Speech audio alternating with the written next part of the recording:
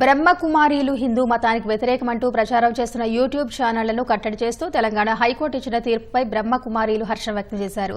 తాము మతాలతో సంబంధం లేకుండా మనిషినే దేవుడిగా భావిస్తామని బ్రహ్మకుమారి కుల్దీప్ దీదీ తెలిపారు. కానీ ఇలాంటి అసత్య ప్రచారాలు చేయడం బాధించిందన్నారు. హైకోర్టు తీర్పును జస్టిస్ ఈశ్వరయ్య సైతం స్వాగతించారు. क्योंकि जो परमात्मा के कार्य में सहयोग देता है, देने वाला देवता होता है. तो हम सब देवता बनने वाले हैं ना. आदि सनातन देवी देवता धर्म वास्तव में इस धर्म का नाम था.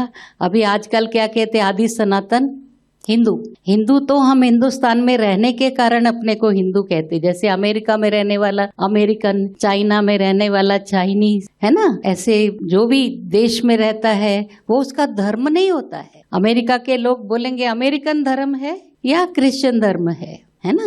तो हर एक का धर्म अलग अलग है, लेकिन परमात्मा कहते आत्माओं का एक ही धर्म है. सुख, शांति और पवित्रता वो सबको चाहिए. हिंदुओं को भी चाहिए, मुसलमान को भी चाहिए, क्रिश्चियन को भी चाहिए.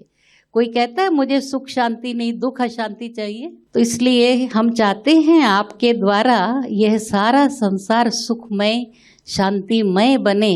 ऐसी न्यूज़ आप सब डालेंगे तो आपका बहुत बहुत श्रेष्ठ भाग्य बन जाएगा.